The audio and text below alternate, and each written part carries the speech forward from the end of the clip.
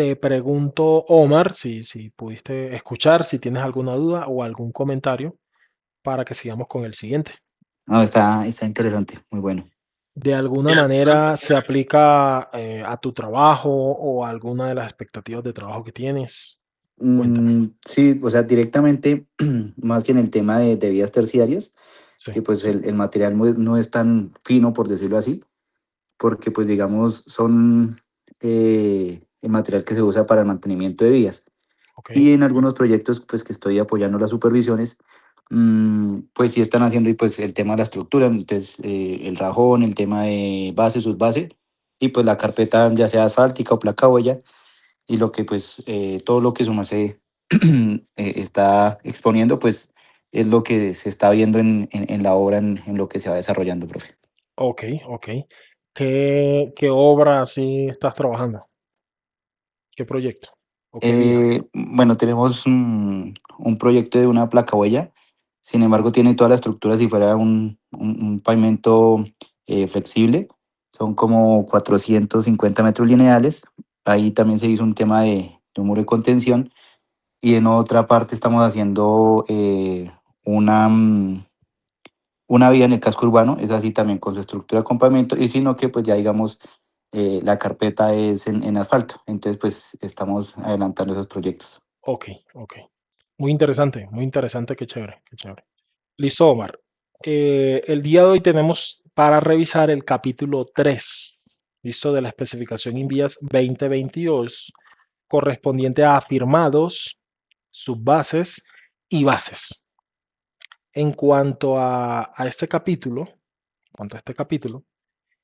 vamos a iniciar con el estudio de la especificación 311 de afirmado. ¿Listo? Este es un material sumamente importante, sobre todo en vías terciarias, donde de una forma muy extensa tenemos muchas vías que no alcanzan a llegar a una estructura de pavimentos convencional, sino que la mantenemos todavía en una estructura de afirmado que aún así sigue siendo competente al menos para el uso o el nivel de desarrollo de determinadas regiones.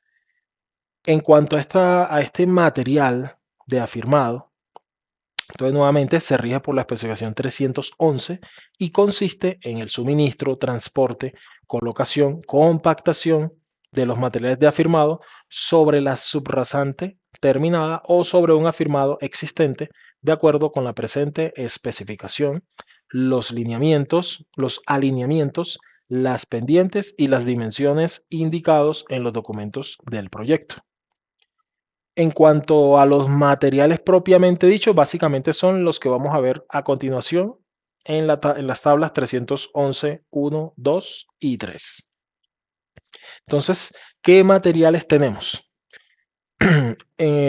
Como hemos mencionado antes, la especificación INVIAS distingue los materiales o los requisitos de los materiales según el nivel de tránsito, ¿vale?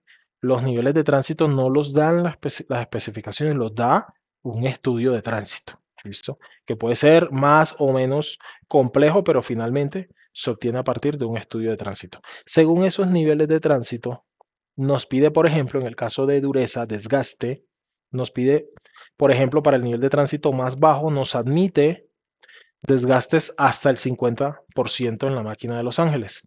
Ya para los niveles de tránsito 2 y 3, el valor que nos admite es hasta un 30%.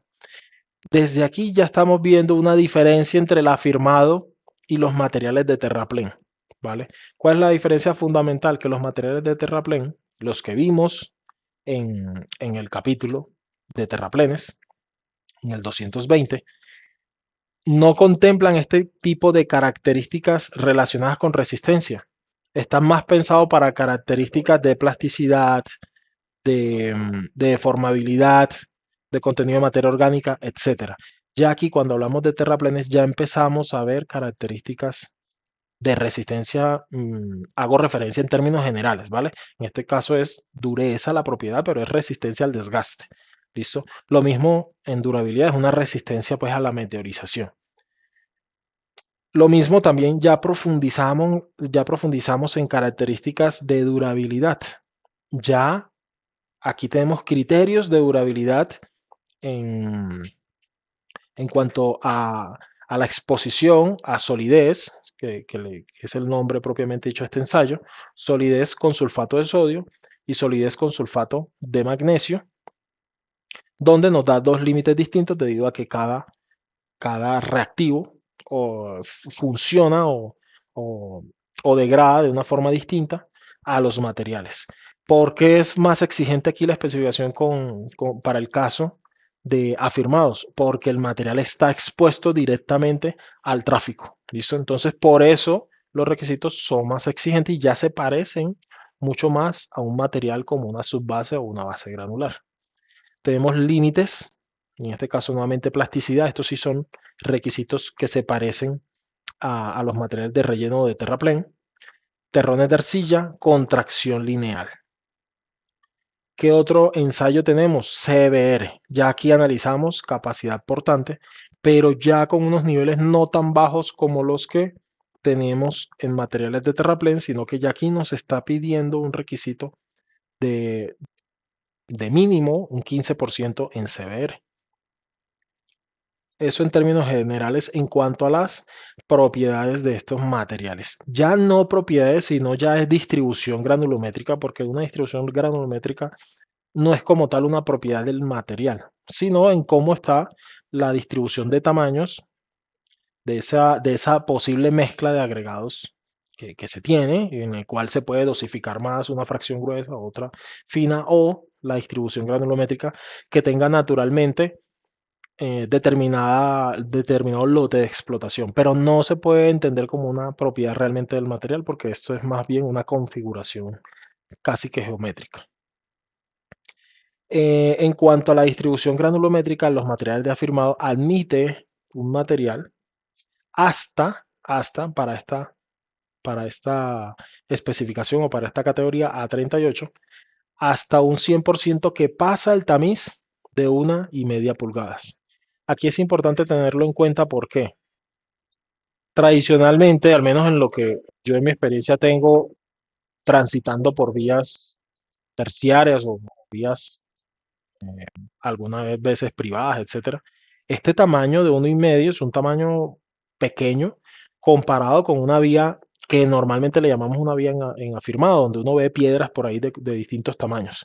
Aquí estamos hablando de 1,5 pulgadas, ya es un material clasificado, que esto es un tamaño normalmente de subbase o de base granular, porque esta pulgada y media son 37 centímetros, que visto en cámara sería algo más o menos así, y debe pasar la totalidad del material por ese tamaño. Es decir, que cuando veamos piedras de este tamaño de 2 pulgadas o más, pues ese no cumpliría como un material de afirmado. ¿Listo? Al menos cuando queramos ajustarnos a la especificación INVIAS 2022. La especificación, a su vez, nos da unas tolerancias en producción. Y esas tolerancias, ¿qué nos indican esas tolerancias? Que cuando se tiene un material, uno escoge la curva granulométrica, ya sea la A38 o la A25, con estos rangos, con estas tolerancias, uno escoge como planta una granulometría estándar, ya no el rango, ya uno escoge una granulometría y uno dice, listo, mi material va a pasar el 100 por 1 pulgada, mi diseño va a ser del 80%, no entre 90 y 100, sino del 80% en 3/4 máximo, y a ese 80 yo le aplico esta tolerancia. Entonces, ya mi banda granulométrica no va a ser de 90 a 100, sino que yo escogí 80 más o menos 7. Entonces, máximo va a pasar el 87% y, perdón, aquí hago una corrección. Tengo entre el 90 y el 100. ¿Listo? Yo debo escoger un punto intermedio. Listo. Aquí escogí 95. ¿Listo? Y a partir de ese 95 aplico la tolerancia. Para este rango, el C95, esta tolerancia va a exceder porque realmente yo tengo una tolerancia aquí restringida por la especificación del 5% si me paro en la mitad, que es 95%. Entonces, realmente, para este caso de este tamiz de 3/4, se sigue manteniendo esa tolerancia entre el 90 y el 100. Si hubiese cogido la gradación superior, aquí pude haber escogido el 90% en mi diseño de cantera y mi tolerancia hubiese sido desde el 83%, aplicando este 7% aproximado, ¿no? Porque realmente ese 7% no da exactamente el número que estoy mencionando, pero ya que estamos cerca a 100 va a aplicar bastante parecido. Entonces, vamos a estar más o menos desde el 83% hasta el 97% aproximadamente. Vean que aquí no podemos usar esta banda completa, ¿listo?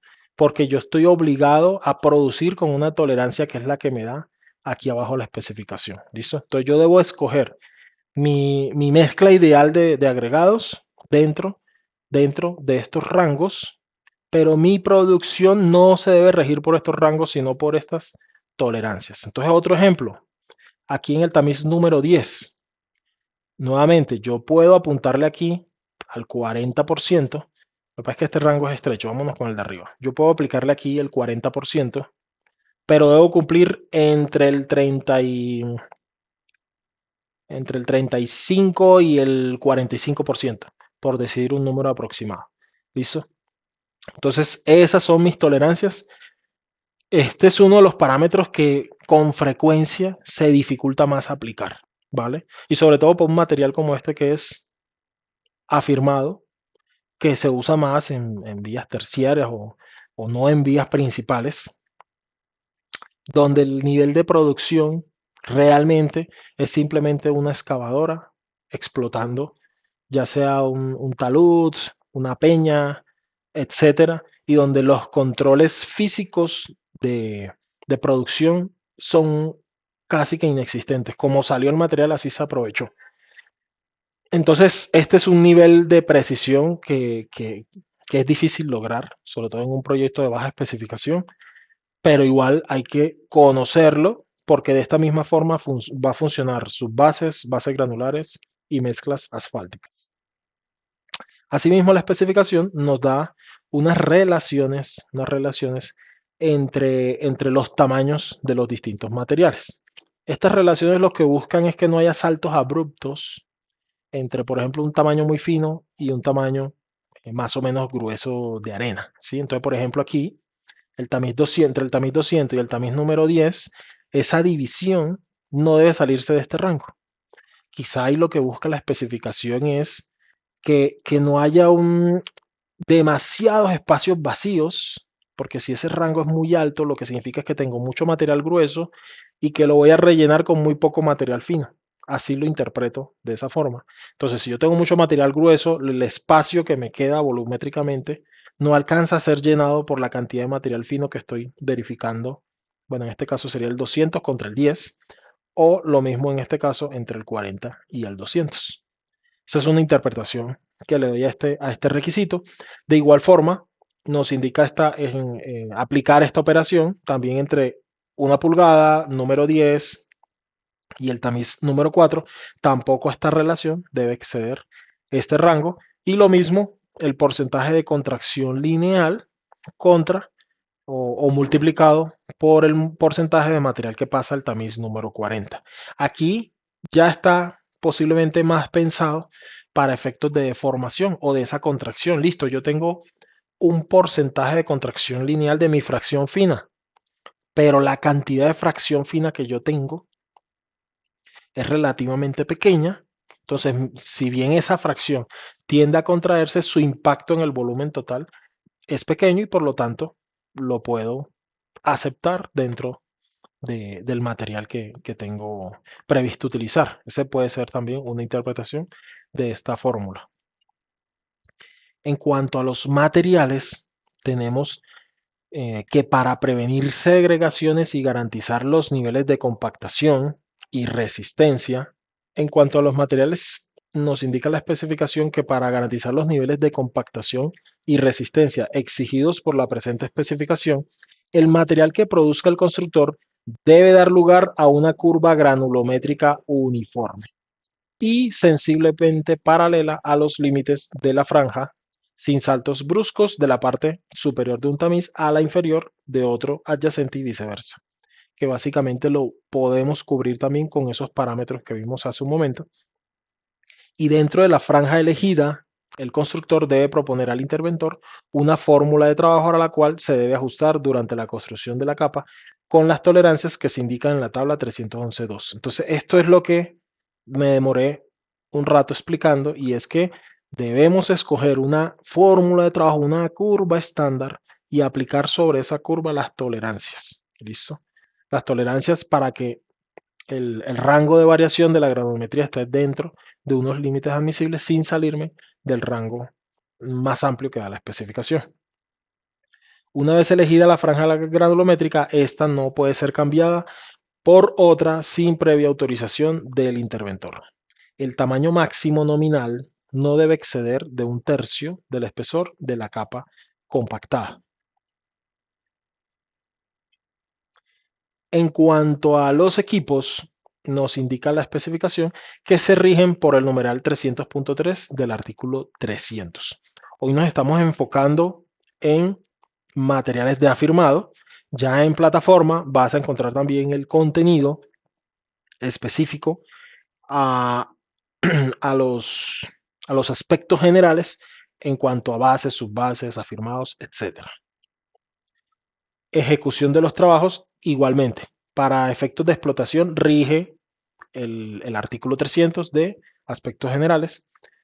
En cuanto a la preparación de la superficie existente, ¿qué es importante? ¿Qué nos indica la especificación? Primero, pues comprobar que la superficie sobre la cual voy a cimentar ese afirmado, pues primero que cumpla con las cotas, es decir, que tenga ya una cartera topográfica liberada. En este caso puede ser por el interventor, el supervisor o el que aplique en ese proyecto. La densidad también, una verificación de densidad apropiada, no dejar la densidad para después, sino que ya se haya liberado por densidades la capa inferior. Se debe comprobar la regularidad, la capacidad de soporte y el estado de la superficie existente.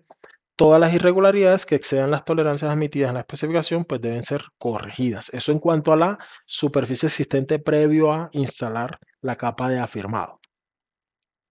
Transporte y almacenamiento, nuevamente rige el artículo 300, colocación del material. Entonces, la colocación del material sobre la capa subyacente se debe hacer en una longitud que no sobrepase 1,5 kilómetros de las operaciones de extensión, conformación y compactación del material. El material se debe disponer en un cordón de sección uniforme donde se debe verificar su homogeneidad en caso de que sea necesario humedecer o airear el material para lograr el contenido de agua de compactación. El constructor debe emplear el equipo adecuado y aprobado de manera que no perjudique la capa subyacente y deje un contenido de agua uniforme en el material. Después de humedecido o aireado, este material se debe extender en una capa uniforme que permita obtener el espesor y grado de compactación exigidos. Entonces, acordonar el material, establecerlo en un cordón de material, extenderlo, homogenizarlo si fuera necesario, mejorar la humedad, ya sea dejando que sequen en el caso que tenga exceso de agua o humectándolo para lograr el nivel de densificación deseado. A menos que los documentos del proyecto figure algo diferente, el material de afirmado debe ser distribuido en una sola capa y en todo el ancho de la corona, calzada más verbas, de tal manera que al extenderse la capa resulte de espesor uniforme con una pendiente transversal entre 3 y 4%. Entonces, importante garantizar el bombeo del afirmado. ¿Listo? El principal problema que tenemos en una vía en afirmado básicamente es el manejo de las aguas. ¿Listo? No solamente el bombeo, también obviamente la conformación de los drenajes que se necesiten para facilitar el escurrimiento de las aguas superficiales. No hay vía que soporte el tráfico o incluso sin tráfico que se conserve si no tiene un adecuado drenaje. En todo caso, la cantidad de material extendido debe ser tal que el espesor de la capa compactada no resulte inferior a 12 centímetros. ¿Listo? Espesor mínimo 12 centímetros, pero tampoco capas de más de 30 centímetros. Entonces, vamos a compactar capas entre 12 y 30 centímetros.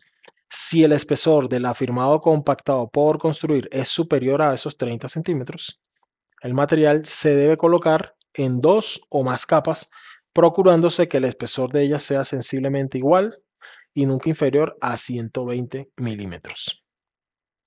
El material extendido debe mostrar una distribución granulométrica uniforme.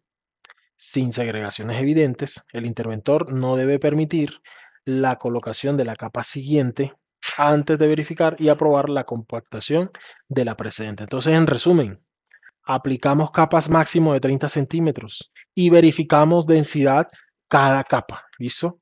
Si vamos a construir 50 centímetros, debemos hacer verificaciones de al menos 2 muestras de densidad según el lote, según el área. Pero a nivel vertical, si es de 50 centímetros, vamos a hacer la verificación de densidad cada 25 centímetros si fue que se instaló en capas de 25. A menos que el interventor apruebe algún procedimiento alternativo, la capa ya compactada se debe escarificar superficialmente con el propósito de ligarla con la superficie. Compactación.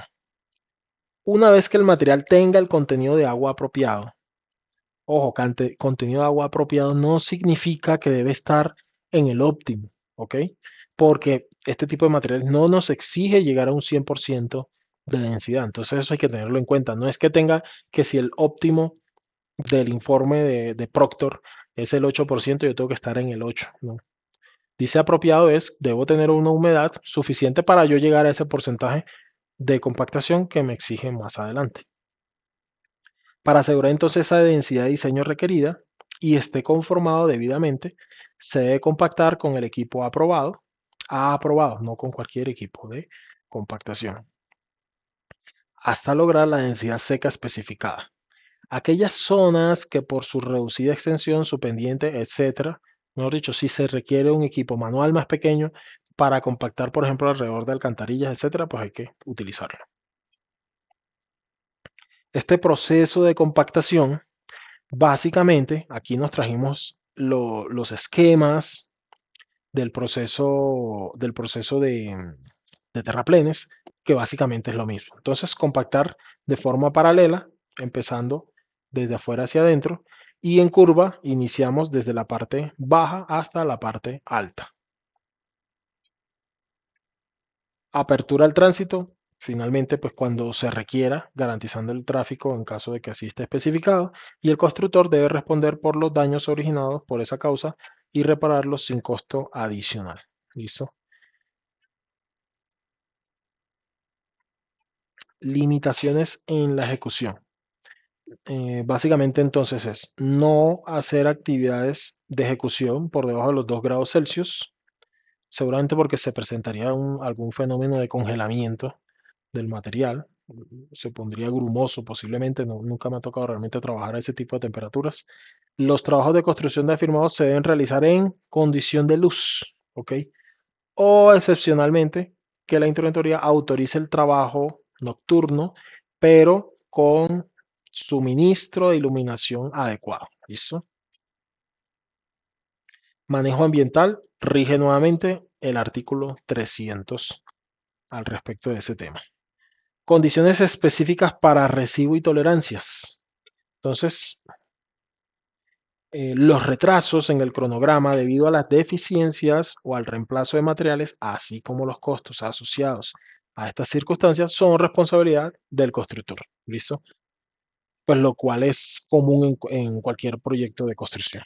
En cuanto a la calidad de los agregados, tenemos que en el numeral 311.5.211, primero tenemos un control de procedencia, es decir, de la fuente de material. En ese control de procedencia de cada fuente de agregados y para cualquier volumen previsto de material de un mismo tipo, se deben tomar 4 muestras representativas para realizar los ensayos especificados en la tabla 311. Los resultados deben satisfacer las exigencias indicadas en dicha tabla, de lo contrario se deben rechazar los materiales deficientes. ¿Esto cómo lo interpretamos en la práctica? En la práctica es, para que la interventoría nos apruebe o la supervisión nos apruebe un material de una fuente debemos tomar no una muestra, 4 muestras. ¿Listo? Una muestra no es un costal, ¿vale? Una muestra es la cantidad de costales necesarias de ese material para hacer todos los ensayos que vimos al comienzo de esta especificación, ¿listo? Y de esa cantidad de costales tenemos que hacerlo 4 veces. ¿Para qué? Para determinar al menos un mínimo rango de variación de ese material en esas 4 muestras y pasarlo a aprobación de interventoría, lógicamente cumpliendo. Estos ensayos se deben repetir durante el suministro siempre que se produzca un cambio de procedencia y no se pueden utilizar hasta contar con los resultados de ensayo y la aprobación del interventor. Tenemos, aparte del control de procedencia, tenemos el control de producción, que básicamente también es sobre la misma fuente. Sin embargo, aquí la especificación distingue entre ambos. ¿Listo? ¿Por qué de procedencia? Quizá a lo que busca el objetivo de la especificación es primero garantizar esa aprobación que mencioné antes del uso. ¿Listo? Aquí producción es, ya estoy aprobado, entonces ahora estoy produciendo ya de forma industrial para suministrar a ese proyecto. Aquí tenemos un acopio, por ejemplo, de ese proceso de producción. Durante la etapa de producción se deben examinar las descargas a los acopios y se debe ordenar el retiro pues, de materiales no deseados, como por ejemplo material vegetal, etcétera, o como el que tenemos en la imagen. Aquí tenemos un neumático, llanta o coraza de bicicleta. Entonces, material no deseado debe retirarse. Y hacer los ensayos de control periódicos. Ahora sí, en lo rutinario que debe hacer un ingeniero de control de calidad de un proyecto en el que tengamos material de firmado. ¿Qué ensayo vamos a hacer? Granulometría, límites, índices, desgaste, contracción lineal, compactación, ensayo modificado. ¿Listo? Aquí estamos hablando entonces de Proctor modificado. Entonces el ensayo para control de compactación es Proctor modificado. CBR de laboratorio con las frecuencias que aquí se indican. Entonces los primeros 3, granulometrías y líquidos y límites, lo vamos a hacer por jornada de producción. Y los desgastes, desgaste, contracción, Proctor y CBR con una frecuencia semanal. ¿Listo? Aquí no tenemos ensayos mensuales ni quincenales, nada de eso. Jornada y semanales. Cuando el interventor considere que las características del material que se está explotando en una fuente ha cambiado, se deben repetir todos los ensayos indicados en la tabla 311.1. En la eventualidad de que alguna prueba dé lugar a un resultado no satisfactorio, se deben tomar 2 muestras adicionales del material. Entonces, aquí la especificación ya contempla la posibilidad de que haya una posible desviación de algún resultado. ¿Listo? Y nos da de forma preliminar el tratamiento de esa salida no conforme o posible salida no conforme que estamos identificando. ¿Cómo lo tratamos? Entonces, tomando 2 muestras adicionales del material, repitiendo la prueba, los resultados de ambos ensayos deben ser satisfactorios o de lo contrario, el interventor no debe autorizar la utilización de este material. Calidad del producto terminado. Entonces, una vez aprobamos el material de acopio, material producido para su utilización y una vez se instala, entonces el objetivo es que todas estas pruebas se hagan antes de que el material se instale. ¿Listo? Claro, a veces los tiempos no dan o a veces no planificamos la obra para que los tiempos den más bien, porque realmente nada impide que hagamos un pequeño acopio, ya sea en la cantera o en el mismo tramo del proyecto. Lo que sucede es que los tiempos de estos ensayos, y eso sí es algo que en las especificaciones podrían mejorar, no es fácil, pero se puede para aterrizarlo a la realidad. Y eso no deberían ser las obras las que trabajen para la especificación, sino las especificaciones y las normas para las obras en el sentido de que sean razonables en los tiempos. ¿A qué me refiero? Tal como está elaborada la especificación, yo tengo acopio, tomo muestra, verifico si el material me cumple, lo uso, si no me cumple, pues no lo uso o lo tengo que mejorar, etcétera. ¿Cuál es el problema? Vámonos al ensayo de CBR. Un ensayo de CBR normalmente se va a tardar por lo menos solo trabajando en ese ensayo 10 días. desde que se toma la muestra. Normalmente se demora 15 días obtener un resultado de CBR por todo el trámite administrativo de digitación de resultados, de firma, de envío al cliente, desde que se recibe por parte del proyecto, la revisión, digitación, etcétera. Entonces, veamos todos los tiempos que se requieren para obtener un ensayo como CBR, como Proctor, que realmente no tiene un valor de aceptación porque ese ensayo es para verificar luego densidades. Y el tiempo entonces que se necesita para validar un acopio es demasiado prolongado para tomar una decisión. Entonces, ya recibiendo una obra, el material, teniéndolo 15 días, 20 días, de decir un mes después de que ese material no cumple, ya necesitando instalarlo, que en la práctica es que llegó hoy y no llega para copiarse para generar sobrecostos de sobreacarreos, que ese es otro aspecto. Él llega es directamente para usarse en el sitio. Entonces, no coincide lo que está previsto en la especificación o la forma en la que la especificación diseñó los requisitos con la realidad de ejecución. Eso ya es algo que en las obras se debe analizar y forma parte, digamos, de los aspectos clave que los ingenieros eh, en el más alto nivel deben analizar o los ingenieros de calidad también, no solo a nivel de inspector, porque la toma de decisiones está desalineada en cuanto a los tiempos de ejecución de una obra. Entonces, una vez instalado ese material que se asume que cumple, yo paso a hacer actividades de verificación de producto terminado. Entonces, voy a verificar primero el terminado como tal. Entonces, el terminado básicamente nos referimos al acabado, al aspecto final en cuanto a una superficie uniforme, que se ajuste a las cotas, a la rasante, etcétera. Que tenga el bombeo, entre otros, tal como ya lo habíamos mencionado antes. También en cuanto al producto terminado, para resumir en este esquema, tenemos un resumen de esos aspectos. Entonces tenemos el terminado que ya lo mencionamos, tenemos espesor, ¿listo? Espesor. ¿Qué nos dice la especificación? El promedio del espesor de la capa compactada debe ser mayor o igual al espesor de diseño. Si el diseño era de 10 centímetros, pues debo tener mínimo 10 en cuanto a el promedio de espesores medidos en ese lote. Eso en cuanto a espesor promedio.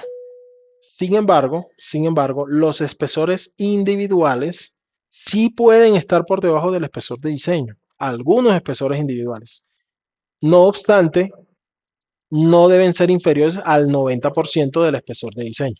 Entonces, básicamente puedo estar mínimo hasta el 90%, pero debo tener suficientes espesores cumpliéndome para compensar este espesor inferior que tengo o que puedo tener por debajo del 100% y mínimo hasta el 90%.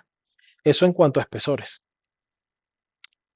Esto en cuanto a espesores individuales, pero uno, solo se admite un valor entre 0,85 y 0,90. Entonces, básicamente, en general, todos mis espesores deberían estar por encima de 0,90, pero la realidad es que solo me admite uno por debajo de 0,90, pero que nunca esté inferior a 0,85. Este aspecto es muy importante porque con espesores suele haber problemas de cumplimiento. Compactación. Ya veníamos hablando hace un momento de compactación y ya definimos entonces que el ensayo de compactación para verificar los criterios de cumplimientos es el ensayo de Proctor modificado. Para verificar compactación, debo ejecutar mínimo 5 ensayos para un lote. ¿Qué es un lote? Entonces, es la menor de estos criterios. ¿Cuáles? 500 metros cuadrados de capa compactada, 3.500 metros cuadrados de afirmado, 500 metros lineales también, una jornada de trabajo o el mismo material y de un mismo material, de una procedencia y equipo y procedimiento. En la práctica, lo que generalmente, a menos que tenga una producción grande, nos va a aplicar el cumplimiento del parámetro por jornada. Entonces, por jornada debo ejecutar mínimo 5 ensayos por lote. O si no, estas áreas, esta longitud o esta área, cuando se cumpla, que en un día ejecute más de de estas magnitudes. Importante, ya lo mencionamos en Terraplén.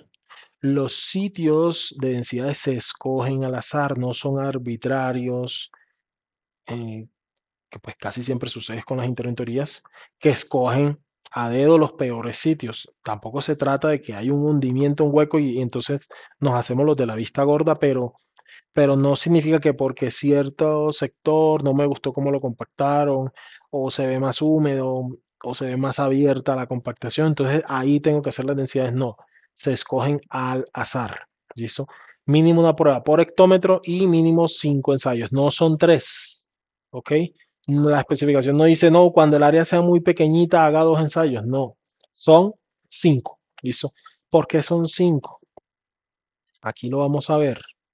Y es que la densidad no es solo medir las densidades, aquí es la densidad, simplemente densidad de campo contra la densidad del proctor máximo o la densidad seca máxima que llamamos. Y aquí ya sería corregida aplicando el factor de corrección de sobretamaños, que eso ya lo hace el laboratorio. Simplemente tomamos del informe del laboratorio la densidad máxima, seca máxima corregida. Cuando aplique que mi material tenga sobretamaños. ¿Qué sucede? Que yo estos valores no los uso de forma directa. ¿Listo? Yo uso es un grado de compactación con, con un intervalo de confianza del 90% del promedio del grado de compactación del lote. Es decir, yo le tengo que aplicar a mi grado de compactación, le aplico unos factores de reducción que me dan una confianza de que si teóricamente repito ese ensayo muchas veces en distintas zonas del lote, tengo una confianza de que el 90% de los resultados van a dar iguales o superiores a eso. Eso es lo que significa este GSI 90. Entonces, aunque yo aquí haya obtenido un porcentaje de compactación del 95%, yo tengo que reducirlo por esos factores estadísticos. ¿Listo? Eso se explica en el artículo 107, ¿vale? Eso se explica en el artículo 107, esos factores de reducción que están relacionados con la desviación estándar. Y esos factores se obtienen con un número mínimo de 5 ensayos. Por eso es importante este número, 5. No son 3, no son 2 y mucho menos 1. ¿Vale? 5. Ya aquí en cuanto a la configuración geométrica, pues que debo cumplir pues con la rasante, debo cumplir con el ancho. En perfiles transversales, cada 20 metros es donde voy a verificar esa geometría de mi estructura.